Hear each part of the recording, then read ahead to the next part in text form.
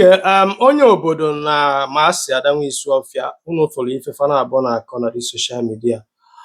But ebe mere m ji eme this video wee ebe onye obodo bịa tụrụ obe Maasi according to ihe unu ekwu ebe nkọwa ya bụ na Maasi lack comprehension. Maasi needed to go back to school to study, to get exposed and to be informed. Do you understand me? Yeah, according to onye obodo na level ya ka nwere ebe ọ na-operate level nyanwụ onye obodo karịrị Maasi according to ife mere understand on that video. But before I chop me to phone because I believe my own opinion though na Maasi na onye obodo na-eme the same thing because all the sense I go fancy aketa ifuru onye obodo na-pray ebe Lord nọ in the name of na na-protect nwanne anyị on the name of onye aba our brother or something like that. Bụkwa the same psychophancy na-afụ ebe Maasi nọ na ihe gbasara mmiri enwe ilo. Etu a Maasi nọ kịta, Maasi will not address mmiri enwe ilo or correct ya ma onwe ebe Maasi fụrụ ome mistake. Instead o nwere ike ọpụta na social media ọ na-edefend mmiri enwe ilo. Etu akwa ka ọ dị ebe onye obodo nọ.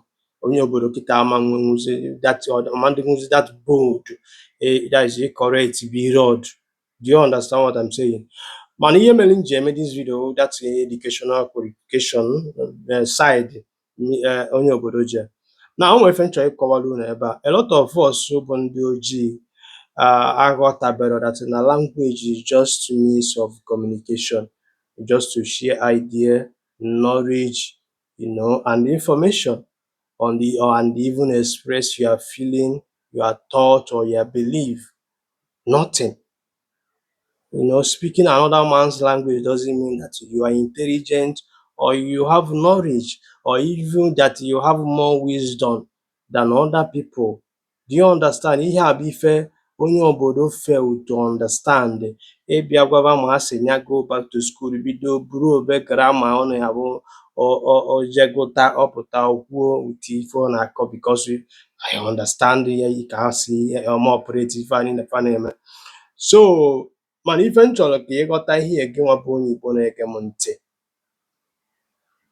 Blowing grammar onye ọzọ emela understand. On gị nwa na-eburu that grammar bụ the stupid one, especially ebe ị na-asụ grammar abụrụ the language of that person gịnị ya na-abụ na-ekwu okwu. Do you understand me? Ihe niile kịta ifuru onye obodo pụtara na social media na-eburu grammar o buru ya bata China ọ na-akọ ife ahụ izi that na onye obodo ya eje chọba translator onye ga na-ataprint onye China ife onye obodo na-akụ ka ya na ya na-abụ wee nwee ike ime business. Do you understand what I'm saying? Etu a ka ọ dị ebe onye Germany nọ iburu ocha grammar English bata Germany ọ bụ na ịchọkwa unu mee business izi na ịchọbara translator. Etu a kịta na president of China nọ kịta na ọ chọọ kịta ime njem o nwere obodo ya abụọ chọọ ije ọ chọba translator. Etu a ka ọ dịgasị ma Putin president of Russia ma nke ndị Spain, many countries are asụ English. So ọ na-abụ sometimes mbịa fu na ebe unu na-use English to intimidate or to cajole somebody or if you that okay na ikiaje school. Yeah, doesn't make sense to me. Achọba the basic education you need from you to study primary to secondary school. Go and look for a skill. If you na-achọ n'ụwa for you to provide for yourself. Do you understand what I'm saying? Solve your problem. So mgbe ị gụgidere akwụkwọ from primary secondary school, go and look for skill. Etu a kịta onye obodo nọ kịta na wuti grammar niile ọ na-eburu ịkpọpụta onye obodo kịta na stand ya ka gịnị ya na-abụ grammar ife na that grammar adịrọ ya n'isi nọ ihe ajọs uje ya n'anya somewhere wee pụta na-akọ. Do you understand me? Na ọ na-agwa Maasi nya go back to school. Kedu ife mediri onye obodo akwa social media?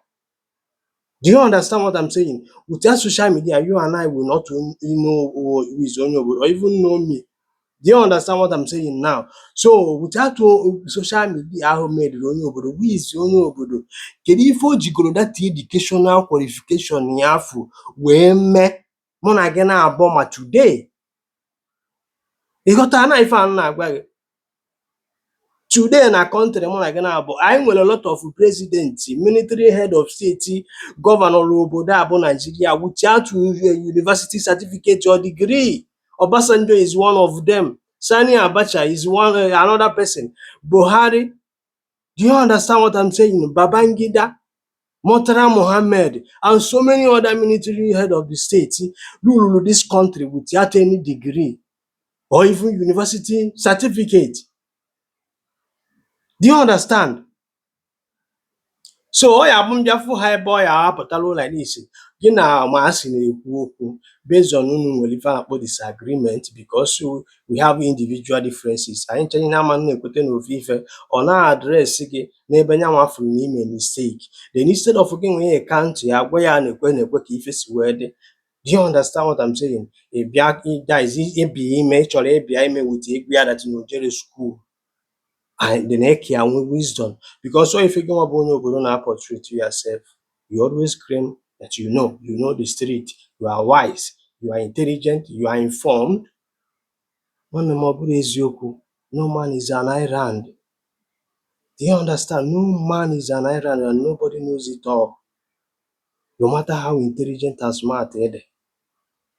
Do you understand me? Go chalaketa akwụkwọ gị na ijikita na wele akọ ma asị ọnụ ijie wee bụrụ kedu afịa kọmputa wizard onye Ọnịcha Philip Emeagwali ka onye nwa ka iji wee bụrụ Elon Musk na manufacture a lot of things mụ na gị na-abụ na use today. Don't forget that ihe mmediri onye obodo today mụ na gị na-abụ na bụ social media. Ọ bụ educational qualification onye obodo ihe mmediri? The answer is no. You get the point? So gị nwa bụ onye Igbo na-ege m ntị, number one thing you need to now pursue, but for you to start solving your own problem without you begging anybody, so that tomorrow you will not be a psycho fan like so many of our brothers on this social media. To the extent na mmadụ ga-apụta etu onye obodo nọ kịta o jebe airport iwelcome onye ya na mmadụ ibie nwere problem. Is it not because that in nwere ife i nwere time somebody is paying you? You got to go. mana ọ ya bụ sometimes na-afụ ife a niile ụlọ che na a na-eme ife out of love, ihe a white of psychophone and tribalism na bigotry kpatara eji eme ihe a niile. Etu onye obodo nọ kịta na agba m unu ihe a before, onye ọbụla ifuru be psychophone ịgwa gị eziokwu because of mmadụ ga na-afụ ya ezigbo alụ, because ihe na-eburu ụzọ ihe nweta oge enweta ebe onye a nọ. You get my point? So understand that na language is just means of communication. Ihe abụrụ ihe eji a compare whether na dị smart or no.